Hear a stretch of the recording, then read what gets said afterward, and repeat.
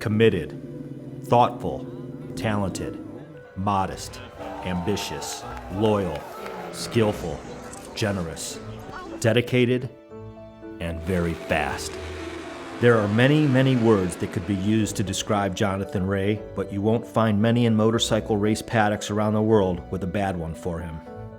After virtually running out of money to compete in schoolboy motocross, the 15-year-old from Northern Ireland replied to a 2002 newspaper ad to join a new teenage road racing program on the British mainland.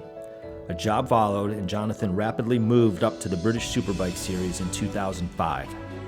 In 2009, he moved into the World Superbike Championship, the world's leading motorcycle racing series based on the production sports bikes that you can buy at your local dealer.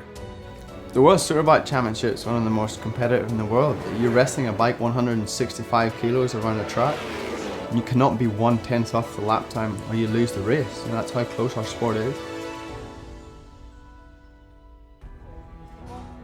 The two-race format takes place over 14 rounds on 4 continents and attracts entries from no fewer than 7 of the world's leading manufacturers, each pitting their flagship sport bikes against each other. It leads to fierce rivalries in R&D departments and on the world's greatest racetracks. For the next 6 years, Jonathan's talent, now finally honed, delivered Superbike race wins and podiums, eventually placing the then 27-year-old third in the championship standings in 2014. But the talent demanded more. I needed a new challenge. I mean, I've been doing the same thing every single year. For me, my motivation was, running out a little bit, trying more and more and more and achieving the same result. So I needed a change, and I needed to do something so badly. I tried to do it the hard way, and it hasn't worked. There was only certain circuits you could go to, and it took different circumstances for him to be able to put it on the podium. And that was gut-wrenching to see that. Many seasoned observers had Jonathan down as one of the best, if not the best rider in the World Superbike paddock. But as he confided to those closest to him, he could never be sure how good he really was until he got one of the best bikes in the paddock.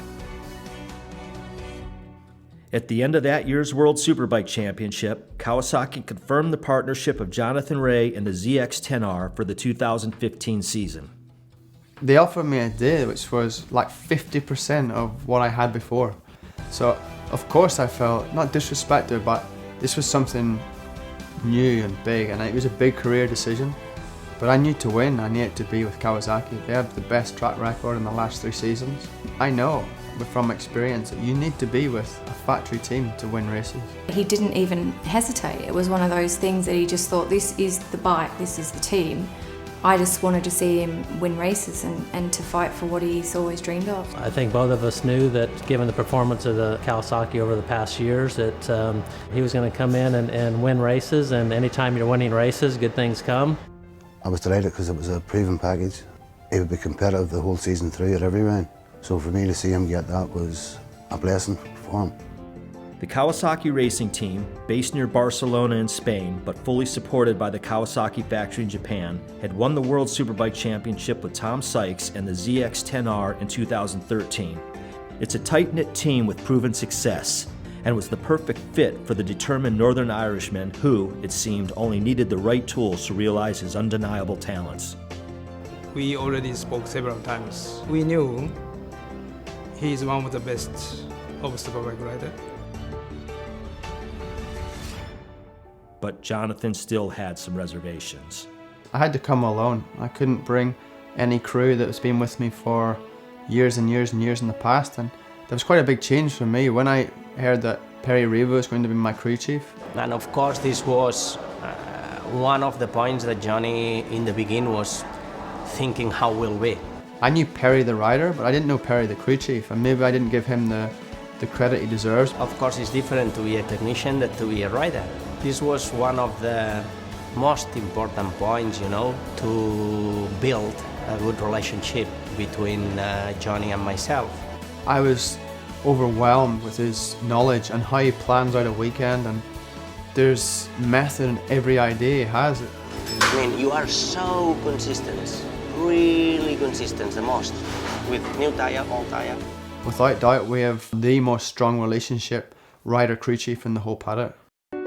Jonathan's first test couldn't come soon enough, and he eventually rode the ZX-10R for the first time at Aragon in Spain in November 2014.